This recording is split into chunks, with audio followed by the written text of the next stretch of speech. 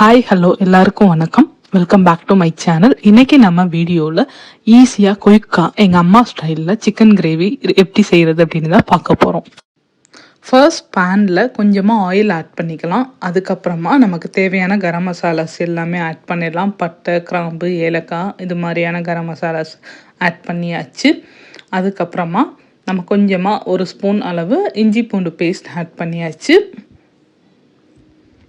கொஞ்ச நேரம் இஞ்சி பூண்டு வதங்கினதுக்கு அப்புறமா நெக்ஸ்ட் சின்ன வெங்காயம் ஒரு பவுல் அளவுக்கு ஆட் பண்ணியிருக்கோம், அரைச்சி ஆட் பண்ணுறோம். இதில் அது நல்லா மிக்ஸ் பண்ணி விட்டுருங்க. இதுக்கப்புறமா நம்ம என்ன ஆட் பண்ணலாம் அப்படின்னா, பெரிய வெங்காயம் ஒன்று கட் பண்ணி வச்சுருக்கோம், அதை ஆட் பண்ணிடலாம். இது நல்லா மிக்ஸ் ஆனதுக்கப்புறம் லேசாக அந்த பச்சை வாசனை போகிற அளவுக்கு குக் ஆகணும். அதுக்கப்புறமா நம்ம டைரெக்டாக பெரிய வெங்காயத்தை இதுலேயே ஆட் பண்ணிடுறோம். அதுக்கப்புறமா ஒரே ஒரு தக்காளி மட்டும் நறுக்கி வச்சுருக்கோம், அந்த தக்காளியும் இதோட ஆட் பண்ணிடலாம்.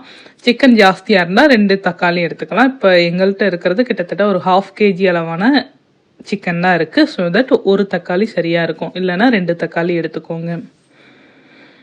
நல்ல வெங்காயமும் வேக விடுங்க. நம்ம ரொம்ப நேரம் அம்மா செய்கிறப்போ குக் பண்ண மாட்டாங்க, ஜஸ்ட் அடுத்தடுத்து போட்டுட்டு சிக்கனையும் போட்டு அப்படியே மூடி வச்சுருவாங்க, அவ்வளோதான்.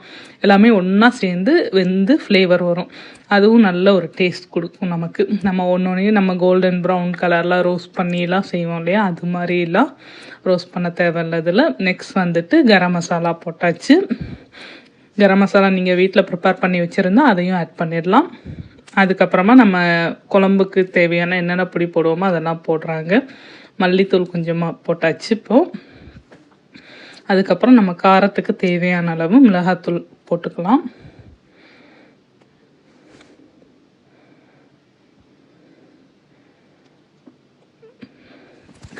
ஒரு ஸ்பூன் அளவுக்கு போதுமானது. ரொம்ப இது சம்மர் சீசன் வேறு, அதனால காரம் நாங்கள் அதிகமாக சேர்த்தாம லைட்டான காரத்தோடு தான் சாப்பிட்டுட்ருக்கோம். அதுக்கப்புறமா கொஞ்சமாக மஞ்சத்தூள் ஆட் பண்ணிடலாம். எல்லாமே ஆட் பண்ணதுக்கப்புறமா நல்லா மிக்ஸ் பண்ணிவிடுங்க. நல்லா மிக்ஸ் பண்ணிவிட்டு நெக்ஸ்ட் நம்ம சிக்கன் ஆட் பண்ணுவோம். நமக்கு உப்பு தேவையான அளவு ஆட் பண்ணிக்கோங்க. இப்போ ஆட் பண்ணாலும் சரி, ஃபைனலாக ஆட் பண்ணாலும் சரி, இட்ஸ் நாட் அ ப்ராப்ளம். இது நல்லா மிக்ஸ் ஆன உடனே நம்ம வச்சுருக்க சிக்கனை ஆட் பண்ண போகிறோம்.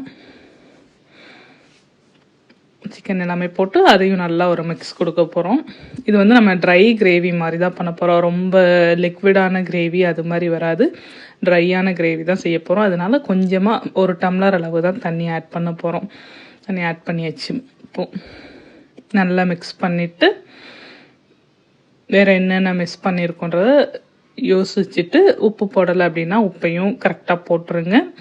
போட்டுட்டு நம்ம ஒரு லிட்டை வச்சு மூடி வச்சிடணும். நல்லா குக் ஆகணும். கிரேவி நல்லா குக் ஆகிடுச்சு அப்படின்னா இது மாதிரி நமக்கு கிரேவி நல்லா கிடைக்கும். கண்டிப்பாக இந்த கிரேவியை ட்ரை பண்ணி பாருங்கள். சேனலை மறக்காமல் சப்ஸ்கிரைப் பண்ணிவிடுங்க. தேங்க்யூ.